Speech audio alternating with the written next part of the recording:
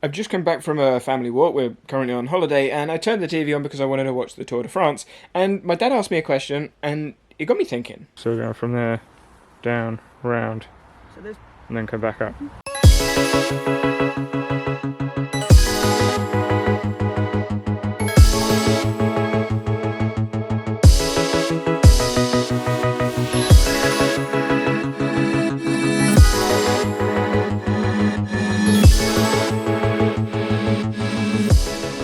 It looks so pretty. He has very little interest in endurance sports, so marathons, long distance running, cycling, Tour de France being perfect examples. And I was the same until I understood what the sport was about. Like when I did my degree at university, sports science was part of that. So understanding VO2 max, understanding cycle efficiency, the way the teams work, how cycling works, understanding the sport and what it physically feels like to be cycling for that amount of distance at those percentage inclines, like a 14% incline, for me, it means something to me. It's not just a number on a screen. When I think about the walk that I did earlier, I don't know where I'm walking or what I'm doing apart from go from A to B. Like, simple objective, from A to B. Cycling, and specifically the Tour de France, is a bit more complicated than that. But my dad watches football, so we'll watch England later, watches rugby, watches other team sports, and those sports are pretty simple. Score, goal, get, try. And the reason this interests me is when I think about trampoline, my main sport, is there an obvious win? Is there an obvious solution? Is there something you can watch and just, oh yeah, that makes sense?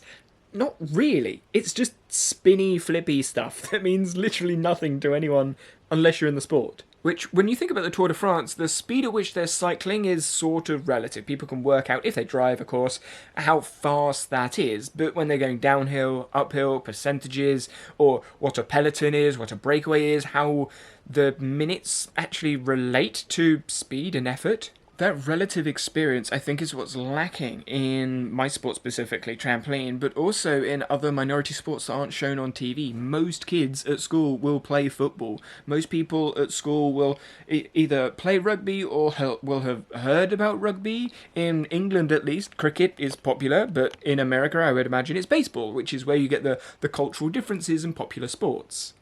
But back in 2012, when I first saw handball, team handball in the Olympics, I saw the sport and I knew what was going on straight away. I could recognise, okay, there's a ball there, they're throwing it, and they've got to score in the goal, and there was no one in the D, defensive D, so I was like, oh, okay, can't stand in there, throw ball in goal, I've got this, and then I could watch, and I could keep up with what was going on. After the 2012 Olympics, I did join a local club, and then I played for quite a few years before losing my eyesight, and now catching is kind of difficult. But picking up the sport was fairly simple. Cycling, when you think about it, is fairly simple. You just cycle.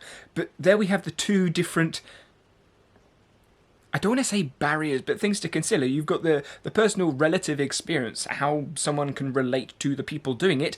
Cycling a Tour de France, not so much. And then the ease at which you can understand what's going on. Trampoline sucks at both of those things. The only real experience people will have had on trampolines is a garden trampoline, which is drastically different, and most people won't have done single somersaults, let alone doubles or triples or maybe even quads. So the relational aspect of the sport is limited. And then when we look at the scoring system in trampoline, I'll probably do a video about the scoring system of Olympic trampoline, because Olympic is different from freestyle. You look at the scores and go, where did that come from? How do you know that? Time of flight is obvious, bounce higher. Displacement is also fairly simple, stay in the middle, you get a higher score. But execution, even with those people that are in trampoline, execution is a bit of a, what are they going to get? How are they going to judge this? And then difficulty, well, they've just changed the code of points, so the difficulty is going to change again for this Olympic cycle. And when you see all of those scores, you're like, what? But as someone from England looking at baseball, I got very confused at how baseball works, because you've got, well, it doesn't work the same as cricket.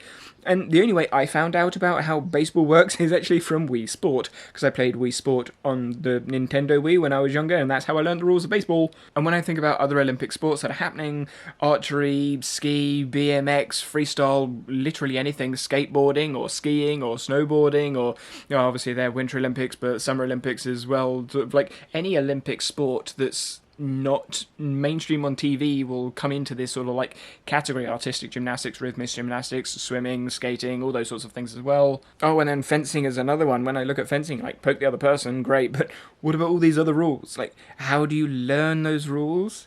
And I know this is going to sound a little bit biased, but taking an ecological approach at this, when you try and summarize what these activities and sports are, it can be very, very simple. What is golf? Hit ball into hole. What is football? Kick ball into goal. Basketball? Throw ball into hoop. But the rules, the expectations, the performance metrics add all of these other bits. The correct technique, the best technique, the speed, the power, all the elements that build up high performance and elite performance, they add a lot of complexity to viewers. And I'm not entirely sure the commentary and potential explanations of expertise is accurate either. So I'm not so sure those sorts of things help with the viewing experience of sports. Now, coming back to my dad, I am no expert in the Tour de France. I don't know all the intricacies. What I do know is you have a team, and you work as a team to do well, ideally getting one person. Mark Cavendish was the person on the camera at the time, so trying to get Mark Cavendish to do well in the race. And just that simple explanation to my dad helped him understand, oh, okay, I get it now. Now, no, he doesn't fully understand how the Tour de France works, neither do I, but he understood it enough to watch it for half hour before they went for another walk. So now, when thinking about activity, how do you get people engaged in activity? Well, they need to be interested, as we spoke about yesterday, or as I spoke about yesterday. It's about building stories, finding stories to make things interesting, but if we want people to get involved in physical activity that isn't just walking to work or cycling to work and engaging in sports being slightly different from activity, then the sport needs to be relatable. They can relate to the experience in some way for them to view it and really experience the sport as a sport, but also for it to be not necessarily beginner friendly, but explained simply, not using all of the technical numbers and the jargon and the techniques. So for my attempt of explaining what trampoline is in the Olympics is jump really high, stay in the middle and do lots of spins and flips that aren't the same.